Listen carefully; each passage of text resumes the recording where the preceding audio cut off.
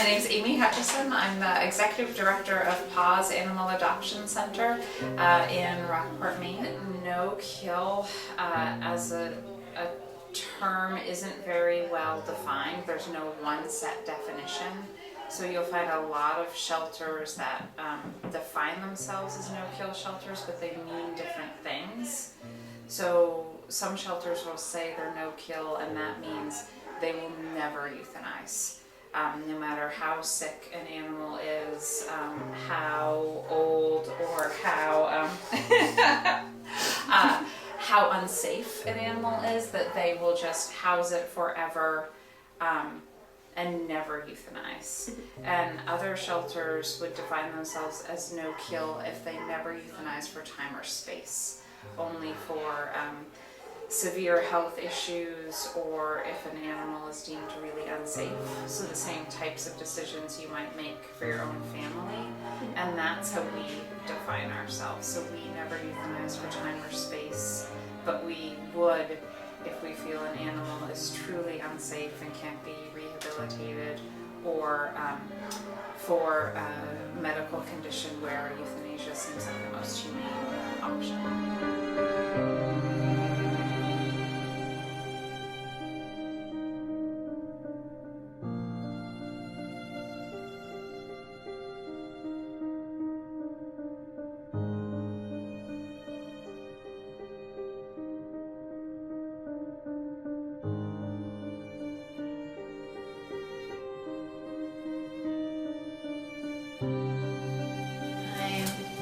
Pierce. I am an associate veterinarian at Brynne Veterinary Hospital in Rockport. We, at our practice, there's some very clear guidelines set out by the American Animal Hospital Association and the American Veterinary Medical Association that have done studies and have panels on what is considered humane and non-humane. And it's very clear what that is. And I would say most standard veterinary practices adhere to that. But like you said, there are many shelters, not hopefully in Maine, but other places that don't. And I'm surprised that that's not more highly regulated. Because if you're going to have that huge population and you're going to be euthanizing, the least you can do for the animal is do it the most humane way possible. My goal when I do it is to make it as comfortable and as smooth as possible, and we generally will put an IV catheter in first so that we have access to a vein, so when we actually inject the solution, there's no needle involved. It's not painful. They literally go to sleep because the anesthetic, it's basically an overdose of anesthetic that we give them. So they go to sleep and then it stops their heart. So it's generally very fast, within 30 seconds. And 99% of the time, if done well, they just close their eyes and relax and look like they're going to sleep, and it's peaceful. I think it's very humane, and most people are surprised at the end at how peaceful and nice way to go that it is. But it's still hard. I won't lie that there are many times that I do it and you always wonder, was that the right thing? Did we make the right decision? It's a big decision to make when you have that power and influence on something's life. So we try really hard to make it the best informed decision we can, and we don't, as a rule, just euthanize any animal that walks through the door. There has to be good cause, good reason, and if it's a financial reason, we do what we can to help people so that we're not putting an animal to sleep just because somebody doesn't have money to treat them, which that is the hardest. So at PAWS, once the decision is made, which is incredibly difficult, and we're just truly lucky that we have to make it very infrequently, and that's mostly just based on our circumstances. We make the decision, and then we call the vet, and we always go through our decision with our vet and make sure that they agree, and then we bring the animal to the vet for the procedure. In the past, I worked at a shelter that was considering bringing euthanasia in-house. The idea behind that was that it might actually be even more humane if we could eliminate that sometimes very uncomfortable drive for the animal and going into a setting they're not familiar with. So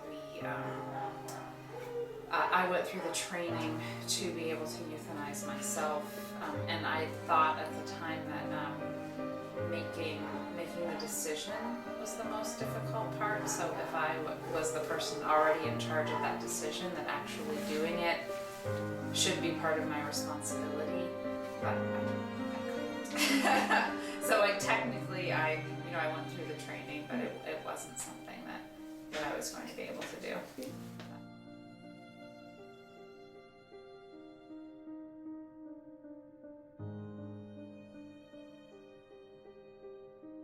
I truly can see both sides of it. I mean, it's horrible, and I can't imagine how people who work in shelters like that do it, because it's got to wear on you very quickly.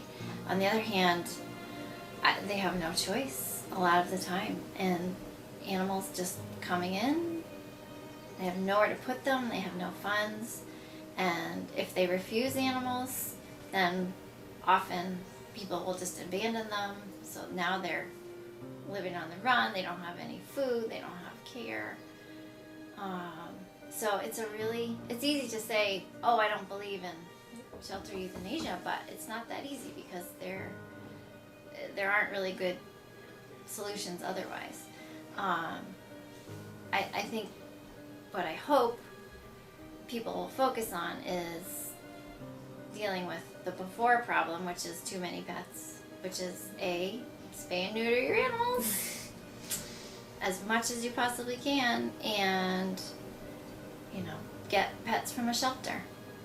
And then when they're in the shelter, funding shelters so they can really take care of animals, get them healthy, get them through and adopted, and then educating people afterwards about, okay, if you never had a pet before, you really need to know how to take care of them and train them so that you're not back here turning in your pet a year after you get them. So there's a lot that can go into it, but it's a huge problem. And I have thankfully never had to work at a kill shelter, but I have friends who have, and you don't last very long as a staff member there, a place like that, because it just wears on your psyche. It's really, really hard. Yeah.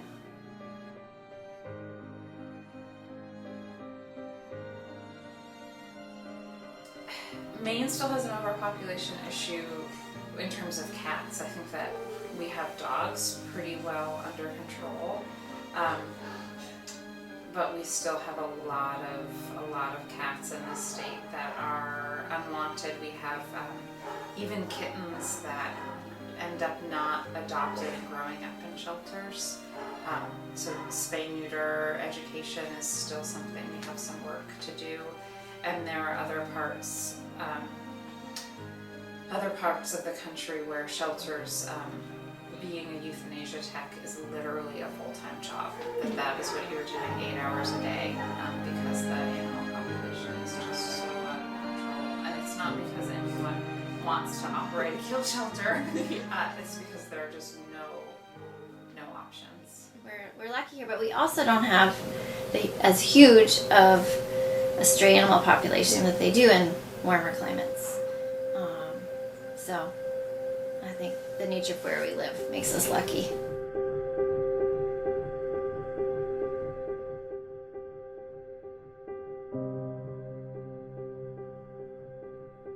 We try to keep our adoption fees incredibly low, so much less than we spend on caring for the animals.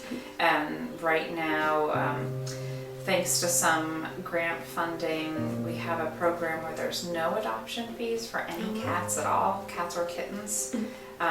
So we just go through the application process and try to make great matches.